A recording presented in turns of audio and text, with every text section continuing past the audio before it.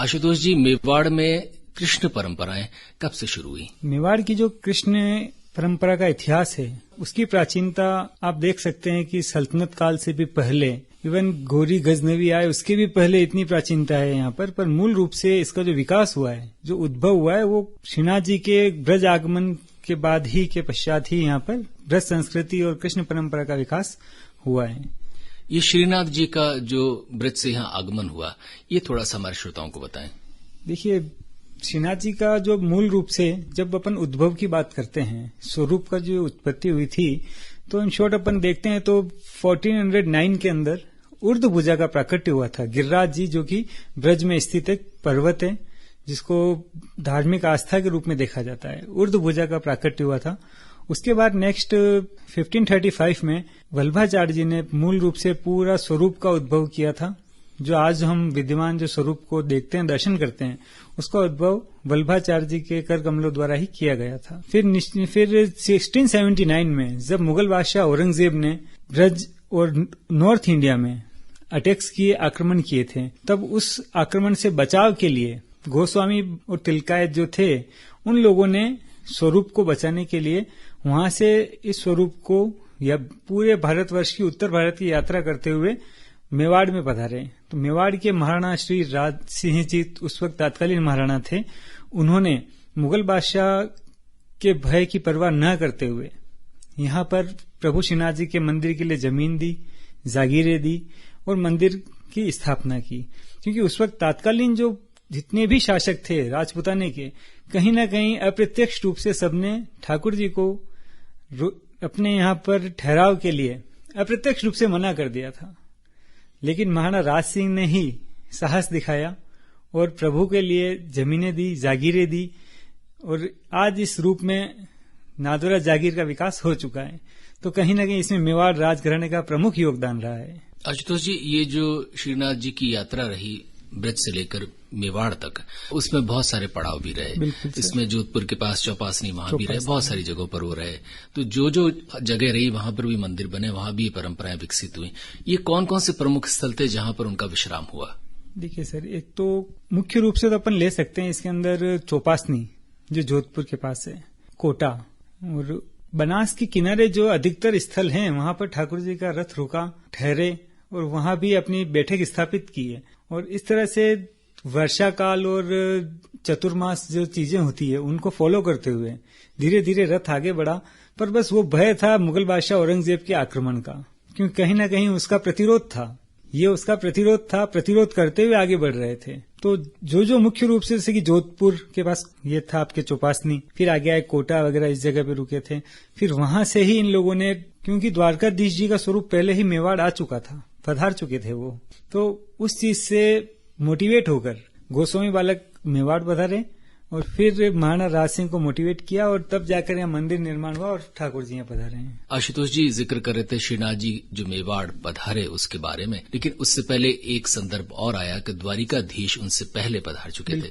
ये कथा भी थोड़ी बताएं। सर, द्वारिकाधीश जी का जो स्वरूप था, मुख्य रूप से अपन अगर थोड़ा प्राचीन पुष्टि मार्गी इतिहास को देखते हैं तो आचार्य वल्लभाचार्य जो थे, उनके पुत्र विठलनाथ जी थे। तो विठलनाथ जी के 7 पुत्र थे, तो उन्होंने 7 पुत्र को एक एक स्वरूप प्रदान किया था कि भाई आप लोग जाइए, स्वरूप को लेकर पुष्टि मार्ग का प्रचार कीजिए। उस प्रचार के दौरान ही जो विठलनाथ, जो द्वारकाधीश जी का स्वरूप जिन्हें मिला था, वो वहां से निकलकर वही मुख्य कारण औरंगजेब और मुगल अटैक ही रहा है। पर एक प्रत्यक्ष कारण अपन देखते हैं, धर्म प्रचार भी कहीं न कहीं था, एक मोटिव वो भी था। तो वो लोग श्रीनाथ जी से पहले ही द्वारकाधीश जी को लेकर मेवाड़ पधार गए थे और यहाँ के महाराणा राज सिंह ने मुख्य रूप से, प्रत्यक्ष रूप से औरंगजेब से प्रतिरोध करके इन स्वरूपों के अपने यहाँ पर शरण दी, अपने यहाँ रखा और जागीरें देकर इनको बड़ा ही विकास में योगदान दिया है। सर, थोड़ा सा भौगोलिक कारणों का भी जिक्र करें, द्वारिकाधीश से ही शुरू करते हैं। क्या कारण रहे कि कांकरोली या राजसमंद में द्वारिकाधीश की स्थापना की गई? देखिए, जैसा कि मैंने पूर्व में आपको बताया है कि ब्रज से आगमन का जो मुख्य कारण था वो था मुगल अटैक, मुगलों का आक्रमण। तो कहीं न कहीं उन लोगों से बचाव, ये मुख्य रीजन था। ये कॉन्सेप्ट सबसे पहले आ रहा था कि कैसे बचा जाए। तो मेवाड़ का जो भौगोलिक क्षेत्र है, उसके चारों तरफ पहाड़ियां हैं, पहाड़ी से घिरा हुआ क्षेत्र है। फिर आपके राजसमंद में जो लेक बनी हुई है, झील, वो एक मुख्य कारण रही है, क्योंकि पानी सबसे मुख्य स्रोत होता है। पानी का स्रोत अवेलेबल था वहां पर, पहाड़ियां अवेलेबल थी, तो इस वजह से। और फिर सबसे बड़ी बात कि महाराणा राज सिंह ने तो इतनी हिम्मत दिखाई थी, जागीरें दे दी, जमीनें दे दी, तो उस वक्त तो बहुत बड़ी बात थी सर। मध्यकाल की औरंगजेब का प्रतिरोध करना उस समय में, जब उसका उत्कर्ष समय था औरंगजेब का, बहुत बड़ी रीजन था। तो भौगोलिक दृष्टिकोण से तो यहाँ की पहाड़ियां, मैं तो मुख्य रूप से उसी को मानता हूं कि जिस कारण प्रोत्साहित होकर उन लोगों ने वो स्थान चुना रहने के लिए। आशुतोष जी, पहाड़ियां जो हैं वो थी बहुत सारी, और मेवाड़ एक तरह से यूं देखा जाए तो अरावली से घिरा हुआ क्षेत्र है, लेकिन फिर भी क्या मात्र पहाड़ी और मात्र जल यही कोई कारण था कि या कोई इसके पीछे आध्यात्मिक या दूसरे कारण भी थे कि राजसमंद और नाथद्वारा का चुनाव किया गया? नहीं, आध्यात्मिक कारण तो इसमें मैं नहीं मानता हूं उस एरिया के लिए, उसका उस क्षेत्र के लिए, क्योंकि ये शैव और शाक्त की भूमि है। शैव और शाक्त की भूमि, उस वक्त कृष्ण परंपरा बहुत ही कम मात्रा में अवेलेबल थी, या बहुत ही कम लोग इसके अनुयायी थे यहाँ पर। शैव और शाक्त की भूमि है, तो आध्यात्मिक तो नहीं मान सकते, पर हाँ भौगोलिक रीजन्स में अरावली पहाड़ियां और जल स्त्रोत, ये मुख्य कारक थे सर। जी आशुतोष जी, थोड़ा सा चलते हैं बनास की तरफ। बनास को लगभग हमारे यहाँ पर मेवाड़ में यूं देखा जाए कि वल्लभाचार्य जी पुष्टि मार्ग में अब लगभग जमुना जी का दर्जा प्राप्त है। अब उस नदी की कैसी स्थिति है, वर्तमान युग में अलग स्थिति है, लेकिन ये बताएं कि बनास भी, या जिसे हम हमारे यहाँ की जमुना जी कह दें, उसका भी क्या कोई कारण रहा कि श्रीनाथ द्वारा में ही विग्रह की स्थापना हुई? देखिए सर, मैं आपको बताता हूँ, जैसे कि अपन जेम्स टॉड को पढ़ते हैं, इतिहासकार जेम्स टॉड, तो उनको अपन जहां पढ़ते हैं तो उनका आगमन भी बनास को पार करके ही हुआ है नाथद्वारा में। वे भी जब नाथद्वारा पधारे तो बनास नदी का उल्लेख उन्होंने भी काफी किया है, पहाड़ियों का उल्लेख उन्होंने स्पेशली किया है। अपन उनकी बुक्स पढ़ते हैं, analysis and antiquities of Rajasthan 1929, उसमें आप पढ़ेंगे तो उसमें निश्चित रूप से उन्होंने बोला है भौगोलिक क्षेत्र के लिए जो अपन डिस्कस कर रहे हैं कि यहाँ का मुख्य अवस्थिति का कारण नदी ही रहा है, जो बनास नदी जो आ रही है आपके खमनोर बेरोका मठ की पहाड़ियों से, वो नाथद्वारा की अवस्थिति का मुख्य रीजन है, मुख्य कारण रहा है। जैसे कि राजसमंद द्वारकाधीश जी के मंदिर का जो मुख्य कारण है कि झील रही है, नाथद्वारा में बनास नदी की अवस्थिति मुख्य कारण में रही है। तो से निश्चित रूप से अब जब बनास नदी है, और वर्तमान में हम देखते हैं कि बनास नदी पे कई सारे एनिकट्स हैं, मिट्टी का दोहन भी हो रहा है, पानी का यूज हो रहा है, मिस यूज हो रहा है, जो भी हो रहा है, पर फिर भी आज लोगों में वही भावना है, वही आस्था है, वही आज जमुना जी के भाव से सेवा होती है, वही चंद्रड़ी मनोरथ होते हैं।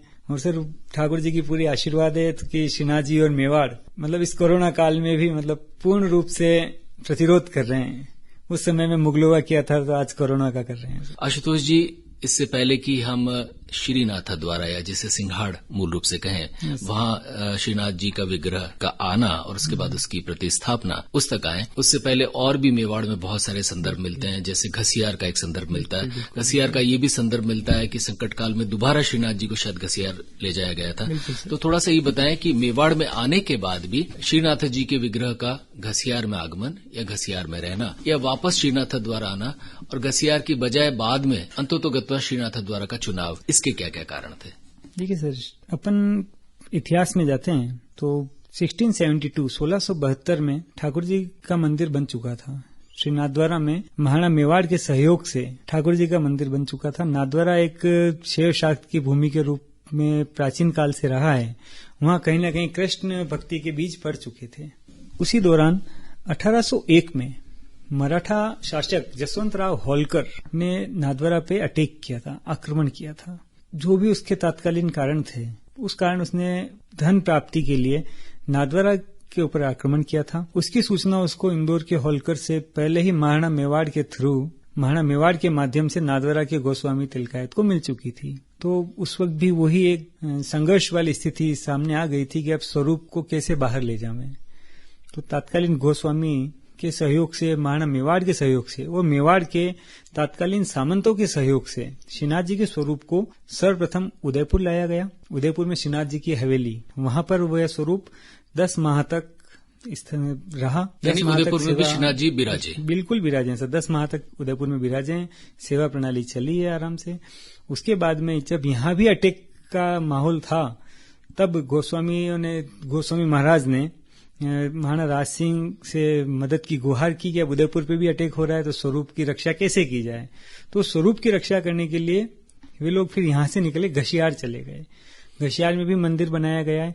घसियार का मंदिर मूल रूप से मेवाड़ के सामंतों और महाराणा मेवाड़ के सहयोग से बनाया गया है। यह आशुतोष जी प्रश्न और आपसे पूछूंगा कि जब हमले की आशंका थी तो ऐसे समय में घसियार का ही चुनाव क्यों किया गया? देखिए, क्योंकि स्वरूप उदयपुर में था और उसको फिर वहां से घसियार ले जाया गया। घसियार की भी आप भौगोलिक स्थिति देखेंगे अपन जाकर वहां पर, तो चारों तरफ पहाड़ियां हैं, लेकिन मूल रूप से वहां से जो स्वरूप वापस नाथद्वारा गया है, उस स्वरूप को नाथद्वारा जाने का मूल कारण ये था कि वहां का जो पानी है वो ठाकुर जी के साथ आए ग्वाल बालकों को और महाराज को, तिलकायत महाराज को वहां का पानी सूट नहीं हुआ है। तो इस वजह से कई सारी डेथ होने लग गई थी। कई सारे जो भक्त रहते थे, ब्रजवासी भक्त जो रहते थे, उनकी डेथ होने लग गई थी। महाराज के परिवार में डेथ होने लग गई थी। इस वजह से उन्होंने उस जगह को छोड़ा और वापस जाके नाथद्वारा में रहे। इसमें सर मूल रूप से मैं आपको एक बात और बताना चाहूंगा कि ठाकुर जी को नाथद्वारा से स्वरूप को बाहर लाने में और सुरक्षित स्थान तक पहुंचाने में नाथद्वारा के निकट एक ठिकाना है कोठारिया, वहां के सामंत श्री विजय सिंह जी ने अपना बलिदान दिया था। उस बलिदान को हम कहीं न कहीं आज भी हमको याद रखना चाहिए, जो कि इतिहास के पन्नों में गौण है। मूल रूप से मैं इस बात को रखना चाहता हूं सर, वो बलिदान जो है वो आज इतिहास के पन्नों में गौण है कि ठाकुर जी को सुरक्षित बाहर लाने में, सुरक्षित स्थान पर पहुंचाने में रजवाड़ा और सामंतों का विशेष योगदान रहा है, जो कि एक इतिहास के गौण पहलुओं में आता है जी। और जो ब्रजवासियों का योगदान है उसको भी कहीं न कहीं इतिहासकारों ने एक संकीर्ण मानसिकता के तहत गौण कर रखा है। तो उस चीज को कहीं न कहीं प्रत्यक्ष रूप से सामने लाने की जरूरत है। आशुतोष जी, ये घसियार में श्रीनाथ जी कितने माह तक विराजे और फिर वापस उनका श्रीनाथ द्वारा में कैसे आगमन हुआ? घसियार में श्रीनाथ जी 5 वर्ष और 2 माह तक विराजे थे। यानी कुल यूं मान लें कि लगभग 6 वर्ष तक वो लगभग 6 वर्ष तक रहे थे। फिर वहां का पानी सूट नहीं हुआ था। उस पानी सूट नहीं होने के कारण जगह को छोड़ी और निश्चित रूप से उसमें काफी सारे सामंतों ने योगदान दिया है, क्योंकि महाराणा राज सिंह उस वक्त युद्धों में बिजी थे, वो प्रतिरोध में बिजी थे। आखिर औरंगजेब का प्रतिरोध कर रहे थे, वो हिंदुस्तान के सर्वोच्च और बादशाह का प्रतिरोध कर रहे थे। तो दूसरे सामंतों ने साहस दिखाया, सभी आगे आए, महाराणा मेवाड़ का प्रत्यक्ष सहयोग भी मिला और ठाकुर जी को वापस पुनः मूल रूप से ऐसा कहते हैं कि लगभग 3.5 से 4 लाख का खर्च उस समय आया था। वो खर्च मंदिर निर्माण में, ठाकुर जी को नाथद्वारा पधराने में जी। पुनः किस बात पे हुआ? सर, ये खर्च आज ठाकुर जी के साथ पूरा शाही लाजमा होता है, ग्वाल बाल होते हैं, भक्त होते हैं, ठाकुर जी के कई सारे एक्सपेंसेस होते हैं।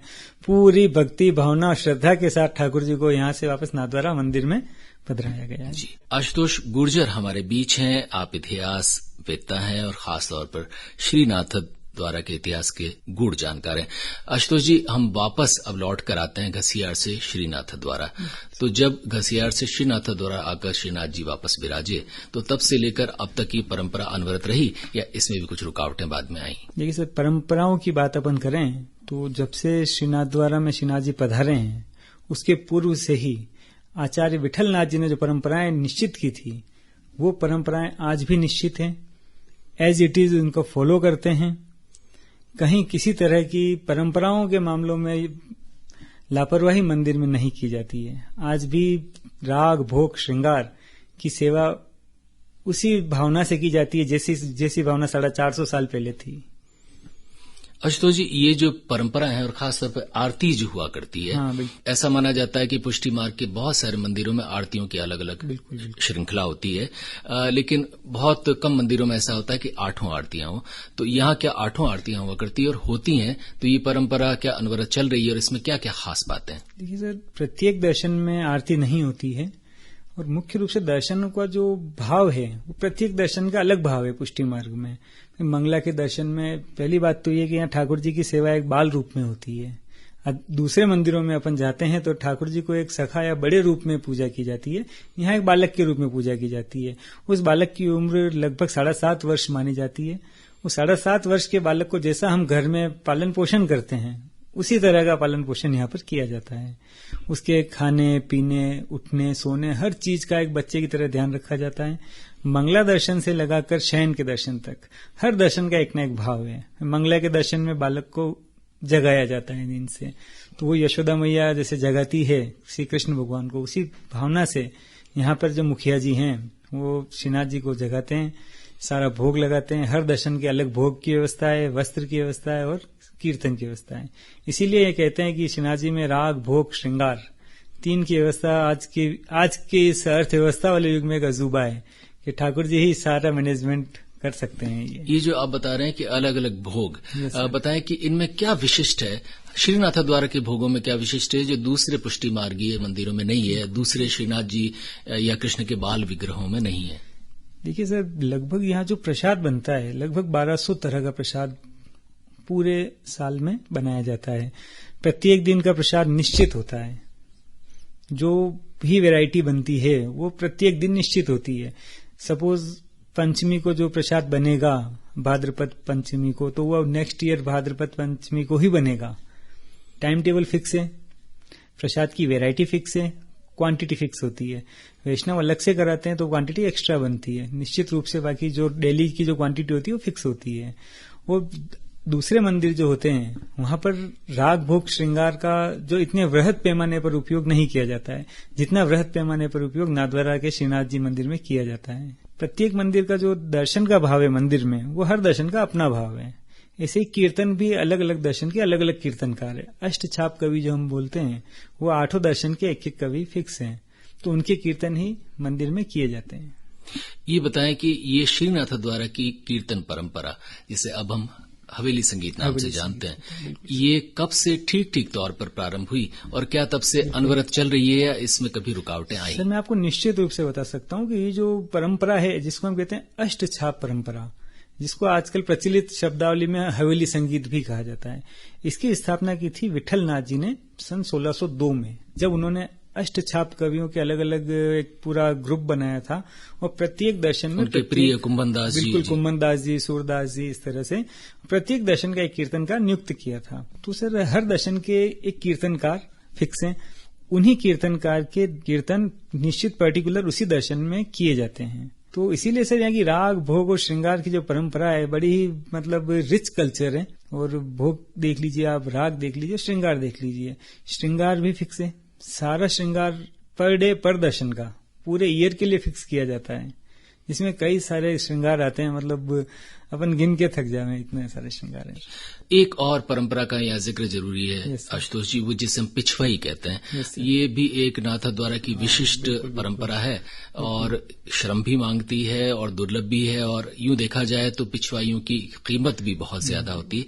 ये पिछवाई की परंपरा क्या कब से शुरू हुई और क्या अब तक जारी है, और क्या इसमें क्या खास बात है कि ये इतनी महंगी होती है, इतनी दुर्लभ होती है? देखिए सर, पिछवाई परंपरा पुष्टि मार्गी परंपरा से जुड़ी हुई रही है। प्रारंभ से ही पुष्टि मार्गी परंपरा में पिछवाई का प्रचलन रहा है। पिछवाई जो है वो अपन मूल रूप से नहीं बोल सकते कि मेवाड़ी शैली में ही बनती है। इसमें मुगल प्रभाव भी रहा है और पर्शियन इफेक्ट्स भी आते हैं, मेवाड़ी इफेक्ट्स भी आते हैं, स्पेशली किशनगढ़ इफेक्ट्स भी आते हैं। मूल रूप से 90% किशनगढ़ शैली में ही पिछवाई का निर्माण आज भी किया जाता है। पर इन सब शैली को मिलाकर एक जो नई शैली सामने आती है वो आती है नाथद्वारा शैली, जो नाथद्वारा स्टाइल है। तो पिछवाई चित्रण मूल रूप से मैं बताना चाहूंगा कि पिछवाई का जो उपयोग होता है वो स्वरूप के पीछे की तरफ लगाने में किया जाता है। ठाकुर जी के पीछे लगाया जाता है, जिसकी भी पूजा या सेवा की जाती है। और आज भी पिछवाई परंपरा उसी तरीके से विद्यमान है जो पहले बनाई जाती थी। आज भी नए पीढ़ी के जो गोविंद जी हैं, गोपाल जी हैं, काफी अच्छे कारीगर हैं नाथद्वारा के अंदर, जो पिछवाई चित्रण में देश विदेश में नाथद्वारा का नाम रोशन कर रहे हैं। क्या इसमें बहुत ज्यादा समय लगता है या कुछ विशिष्ट रंगों का इस्तेमाल होता है? देखिए सर, विशिष्ट प्राकृतिक रंगों का उपयोग किया जाता है। विशेष रूप से अगर अपन मार्केट में 2 तरह के वहां पर काम करने वाले मिलेंगे आपको, एक प्रोफेशनली मिलेंगे और एक ट्रेडिशनली मिलेंगे। ट्रेडिशनली जो कलाकार हैं वो प्राकृतिक रंगों का उपयोग करते हैं और उसी भावना से बनाते हैं जिस भावना से पुरातन काल से पिछवाई बनती जा रही है। और विद इन एक पिछवाई को बनाने में लगभग 6 या 7 मंथ का टाइम लगता है सर। मित्रों, हमारे बीच है आशुतोष गुर्जर। आशुतोष जी, हमने पिछवाई की बात भी की, हवेली संगीत की भी बात की, थोड़ा सा मंदिर के स्वरूप पर आते हैं। क्या कारण रहे? इसके पीछे भी बहुत सारे आक्रमणों को कारण बताया जाता है कि बहुत सारे पुष्टि मार्गी या लगभग सारे पुष्टि मार्गी मंदिर जो मंदिर स्वरूप में न होकर हवेली या इस तरह की रिहाइश मान लीजिए, उसी में इनकी स्थापना की गई। देखिए सर, मैं आपको ये बताना चाहूंगा कि भारतीय परंपरा में, प्राचीन भारतीय इतिहास से अपन बात करेंगे तो भारतीय परंपरा में जो लोगों की विशेष आस्था का केंद्र मंदिर रहे हैं, जो भी व्यक्ति मंदिर में कुछ ना कुछ दान जरूर देते हैं, भले उसका सामाजिक स्तर कुछ भी हो, तो कहीं ना कहीं मंदिर एक धन संपदा के रूप में, बैंक के रूप में प्राचीन काल से काम करते आ रहे हैं। तो जो बाहर के आक्रमणकारी आए थे, भले वो शक, हूण, कुषाण कोई भी आए हो या मुस्लिम्स अटैक्स हुए हैं, तो उन अटैक्स का मूल रूप से जो एम था, जो उद्देश्य था, वो यही था कि धन को लूटना है। तो सबसे सॉफ्ट कॉर्नर था मंदिर, जिसको आसानी से लूट के काफी सारा धन लेके जा सकते थे। इस वजह से मंदिरों पे आक्रमण हुए हैं। हवेली का रूप इसलिए दिया गया है ताकि मंदिर को थोड़ा सुरक्षित रूप से स्ट्रक्चर प्रदान किया जा सके। तो इसलिए इसको एक हवेली का रूप दिया है ताकि मंदिरों का धन संपदा सुरक्षित रहे, एक किले के रूप में उसको सुरक्षित किया जा सके।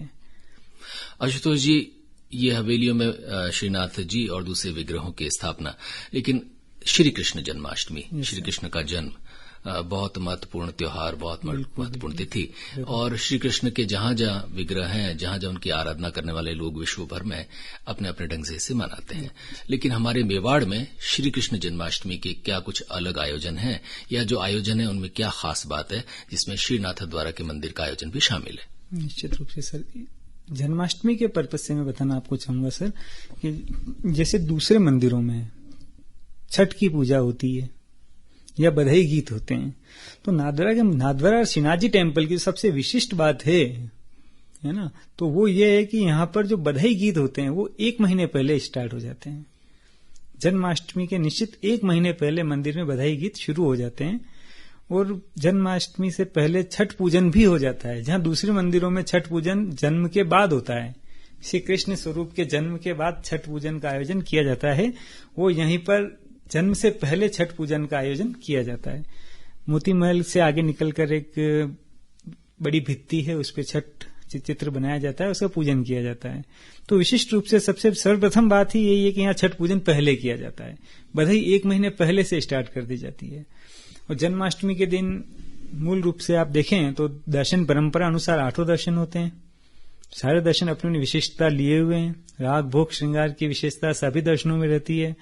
रात को जन्म के दर्शन होते हैं। 21 तोपों की सलामी आज भी वर्तमान में दी जाती है। ब्रजवासी सेवकों के द्वारा पूरी तल्लीनता के साथ अगले दिन नंद उत्सव का आयोजन किया जाता है। नंद उत्सव से पहले, जन्माष्टमी से भी 2 दिन पहले से आसपास के गांव के जो भी लोग हैं अपनी श्रद्धा के अनुसार दही और दूध की हांडी भरकर मंदिर में पहुंचाते हैं, जो परंपरा आज भी प्रचलन में है, जिसका भंडार किया जाता है नंद उत्सव के लिए कि श्री कृष्ण का जन्म हुआ है। रात को 21 तोपों की सलामी हुई है, तो अगले दिन सुबह नंद उत्सव का प्रोग्राम मनाया जाता है, उत्सव मनाया जाता है, जिसमें दही और दूध की होली खेली जाती है। पूरे ब्रजवासी सेवक, ब्रजवासी ग्वाल बाल और पूरा नगर सभी उसमें भाग लेते हैं और दही और दूध की होली खेलते हैं और मजे से जन्माष्टमी का त्योहार मनाया जाता है। आशुतोष जी, क्या द्वारिकाधीश के मंदिर की जन्माष्टमी की परंपराएं थोड़ी सी भिन्न है? नहीं सर, बिल्कुल एज इट इज सेम ही है। वहां पर भी मूल स्वरूप है, वही पुष्टि मार्ग है और सभी परंपराएं लगभग सेम ही है सर। 21 तोपों की सलामी नहीं है? 21 तोपों की सलामी मानी होती है। थोड़ा सा उदयपुर भी लौटते हैं, क्योंकि मेवाड़ में श्रीनाथ जी या उससे पहले द्वारिकाधीश जी के आगमन के बाद से कृष्ण परंपराएं यहाँ प्रारंभ भी हुई और उन्होंने अपनी जड़ें भी जमाई। लेकिन इसी परंपरा में एक बहुत महत्वपूर्ण स्थान है शहर के भीतर, जगदीश मंदिर। और थोड़ा सा इसके बारे में भी बताएं। और इस मंदिर ने भी कई हमले झेले, लेकिन इन सब के बावजूद यहाँ भी भक्ति की परंपरा अनवरत चलती रही। देखिए, बिल्कुल जगदीश मंदिर काफी अपने शहर का काफी पुराना कृष्ण मंदिर है। महाराणा मेवाड़ और समस्त मेवाड़ की आस्था इससे जुड़ी हुई रही है। कृष्ण भक्ति का प्रमुख स्थान है। बिल्कुल निश्चित रूप से आपने सही कहा है कि कई सारे आक्रमणों की मार इस मंदिर ने भी झेली है। कई सारी प्रशस्तियां वगैरह यहाँ पर भी लगी हुई है। ऐतिहासिक स्रोत यहाँ पे मूल रूप से हैं अंदर अपने यहाँ पर। तो निश्चित रूप से मैं कहना चाहूंगा कि जगदीश मंदिर भी अपने आप में बड़ा ही कृष्ण भक्ति का एक अहम स्थल है मेवाड़ में, जहां हम जाते हैं और एक मन में बिल्कुल लौकिक रूप से एक कृष्ण भाव हमारे मन में आता है। आशुतोष जी, हमने 3 मंदिरों का जिक्र किया, द्वारिकाधीश, जगदीश मंदिर और श्रीनाथ द्वारा के मंदिर का। इसके अलावा भी क्या श्री कृष्ण के कुछ छोटे मोटे या बड़े मंदिर हमारे मेवाड़ में मौजूद हैं जिनका नाम है? तो मुख्य रूप से मैं आपको बताना चाहूंगा, श्री कृष्ण के जो मंदिर है मेवाड़ से पहले मैं आपको राजस्थान के लेवल पे बताना चाहूंगा कि विठलनाथ जी, मैंने सप्त घर एक बात बताई थी थोड़ी सी देर पहले, बोला था 7 घर है ना। तो 7 घर जो थे विठलनाथ जी के, जो 7 अलग अलग पुत्र थे जिनको उन्होंने अलग अलग स्वरूप प्रदान किए थे धर्म के प्रचार के लिए, पुष्टि मार्ग के प्रचार के लिए। तो 7 स्वरूप में जो पहला जो स्थान है, पहली जो पीठ है, वो है अपने शिवनाथ जी, नाथद्वारा का जो टेम्पल है, नाथद्वारा का मंदिर है। सेकंड आते हैं द्वारकाधीश जी जो कांकरोली में है। थर्ड आपके हैं गोकुलनाथ जी जो गोकुल के अंदर हैं। नेक्स्ट आते हैं आपके गोकुल चंद्रमा जी जिनका टेम्पल कामवन में है, भरतपुर के पास, बिल्कुल भरतपुर कामवन। उसके बाद आता है जो राजस्थान के बाहर है, सूरत में बालकृष्ण जी का टेम्पल है। और लास्ट आते हैं मदन मोहन जी का टेम्पल जो कि कामवन के अंदर है, भरतपुर में। तो ये तो मुख्य रूप से 7 घर या 7 पीठ है पुष्टि मार्गी संप्रदाय की, जिनके बेस पे पुष्टि मार्गी संप्रदाय आज वर्तमान में खड़ा हुआ है। निम्बार्कों की भी बहुत बड़ी परंपरा रही है और उनके भी काफी निश्चित रूप से सर, कृष्ण भक्ति में निम्बार्क संप्रदाय अपना अलग महत्व रखता है पूरा, जहाँ राधा और कृष्ण की एक साथ पूजा की जाती है। सबसे बड़ी विशेषता उसकी है कि कृष्ण के साथ राधा खड़ी होती है उसमें। और सलेमाबाद मुख्य पीठ है निम्बार्क संप्रदाय की। और श्री जी महाराज जिनका देहांत कुछ समय पहले ही हुआ था, उन्होंने मतलब काफी परिश्रम करके इस संप्रदाय को एक उच्चतम स्तर प्रदान किया था। और आज भी जो नवनियुक्त जो वहां पर पीठाधीश हैं, वो भी पूरी समर्पण के साथ इसके प्रचार प्रसार में अपना योगदान दे रहे हैं। और निम्बार्कों ने उदयपुर का भी चयन किया और यहाँ भी उन्होंने आगमन भी किया, और निम्बार्क पीठ का एक महत्वपूर्ण स्थान उदयपुर या मेवाड़ भी है। बिल्कुल जरूर। आशुतोष जी, ये बताएं कि कृष्ण परंपरा जो हमारे यहाँ मेवाड़ में एक तरह से स्थायी है, सनातन है, दूसरे यू माने कि ब्रज अंचल की जो मूल रूप से कृष्ण परंपराएं थी वो कहीं न कहीं स्वरूप बदलती है, या भौगोलिक रूप से या दूसरी जगह आने से। तो मूल ब्रज परंपराओं के साथ क्या चीजें यहाँ आकर बदली या अलग हुई? देखिए सर, मैं आपको इस संदर्भ में बताना चाहूंगा कि जो ब्रज परंपरा है वो निश्चित रूप से एक ब्रज की अपने आप में एक अनूठी परंपरा रही है। वहाँ की वेशभूषा, वहाँ की भाषाएं, वहाँ का रहन सहन, वहाँ का जो रहने का स्तर है लोगों का, वो एक अलग ही रहा है। देखिए आप श्रीनाथ द्वारा में एक अलग से बोली बनी है जो ब्रज और मेवाड़ी का मिक्सचर है, जिसको अपन ब्रज भाषा भी कहते हैं, लेकिन वो मेवाड़ी भी मिक्स होती है उसमें आजकल। तो जब श्रीनाथ जी प्रभु यहाँ आए थे तो मैंने पहले बता चुका हूँ कि शिव शक्त का स्थान था यहाँ पर, है ना। तो निश्चित रूप से इस पे मेवाड़ की संस्कृति का भी प्रभाव पड़ा है। आज अपन नाथद्वारा में आके आप देखेंगे तो ब्रज भाषा के साथ मेवाड़ी का भी बहुतायत घरों में उपयोग हो रहा है, लोग प्रचलन में बोल रहे हैं। और अब तो मिक्स हो चुका है, ब्रज भाषा के अंदर मेवाड़ी शब्द भी आ रहे हैं, मेवाड़ी के अंदर ब्रज भाषा वाले शब्द भी आ रहे हैं। तो आखिरकार संस्कृतियों ने तो एक दूसरे को प्रभावित किया है, रहन सहन, जीवन का स्तर, कपड़े वगैरह हर चीज के अंदर कहीं ना कहीं। और अब तो मेवाड़ और ब्रज के अलावा आपके महाराष्ट्र, गुजरात का कल्चर भी वहां पर आके मिक्स हो चुका है जी। एक समावेशी संस्कृति का विकास श्री नाथद्वारा में हो चुका है या फिर मेवाड़ में हो चुका है अपने भी। आशुतोष जी, आपसे जानना चाहूंगा कि मेवाड़ में, हालांकि उसमें मारवाड़ का योगदान आप ज्यादा मान सकते हैं, लेकिन मेवाड़ में जो कृष्ण भक्ति की सबसे बड़ी स्तंभ मानी जाएंगी वो मीरा मानी जाएंगी। हालांकि वो मारवाड़ से आई लेकिन मेवाड़ की बहू थी। और यूं माना जाए कि बहुत सारी कथाएं मीरा के जीवन की या ज्यादातर कथाएं मेवाड़ से जुड़ी हुई हैं। तो मीरा और उनका मेवाड़ में कृष्ण भक्ति के प्रसार में कितना योगदान है? देखिए सर, मैं तो बोलूंगा कि मेवाड़ की आत्मा ही मीरा है और श्री कृष्ण की आत्मा ही मीरा है। आज जहाँ कृष्ण का नाम आता है तो वहाँ राधा के साथ मीरा का नाम भी लिया जाता है, क्योंकि मीरा की भक्ति की कोई सानी नहीं है, नहीं कोई उसकी बराबरी कोई कर सकता है। जिन्होंने अपना पूरा जीवन ही कृष्ण भक्ति में ही समर्पित कर दिया है, तो आज उनके नाम से इस संप्रदाय का विकास हो रहा है, ये बहुत बड़ी बात है। आशुतोष जी, जाते जाते बताएं कि श्री कृष्ण जन्माष्टमी के दिन आप मेवाड़ की श्री कृष्ण परंपराओं के बारे में संक्षेप में जाते जाते क्या कहेंगे? देखिए सर, मैं आपको इतना ही बताना चाहूंगा कि मेवाड़ की जो परंपरा रही है मूल रूप से शैव शाक्त की रही है, फिर उसमें कृष्ण परंपराएं भी आकर मिक्स हुई है, मिश्रित हुई है और नवीन समावेशी संस्कृति का विकास हुआ है। और वो समावेशी संस्कृति आज के दौर में मैं बोलना चाहूंगा कि कहीं भी हर जगह पर गलत चीज का विरोध करती है। गलत होता है वहां मेवाड़ सबसे आगे रहता है। तो ये मेवाड़ के जीन्स में, खून के अंदर है कि जहां कृष्ण की भक्ति भी है, शैव शाक्त की प्राचीन परंपराएं विकसित है, तो वहां पर गलत चीज का विरोध सबसे पहले किया जाता है। तो मेवाड़ के कृष्ण और शैव शाक्त से जो भी परंपराएं रही हैं, उनसे मैं एक ही बात बताना चाहूंगा कि हमको कभी भी गलत चीज को स्वीकार नहीं करनी है और हमेशा अपने देश के, अपने समाज के विकास के लिए जितना हो सके आगे से आगे योगदान दे सकते हैं, क्योंकि ये वो कृष्ण वही हैं जिनको हम कह सकते हैं कि दुनिया के प्रथम क्रांतिकारी हैं कृष्ण। ये वही कृष्ण है जिन्होंने कंस की मटकियां फोड़ी थी, क्योंकि उस पे मोनोपोली एकाधिकार कर लिया था कृष्ण ने कि माखन आएगा तो सिर्फ मेरे राजमहल में आएगा, मथुरा गोकुल में माखन नहीं जाएगा। तो ये वही कृष्ण है जिन्हें हम दुनिया का प्रथम साम्यवादी या प्रथम क्रांतिकारी भी कहते हैं।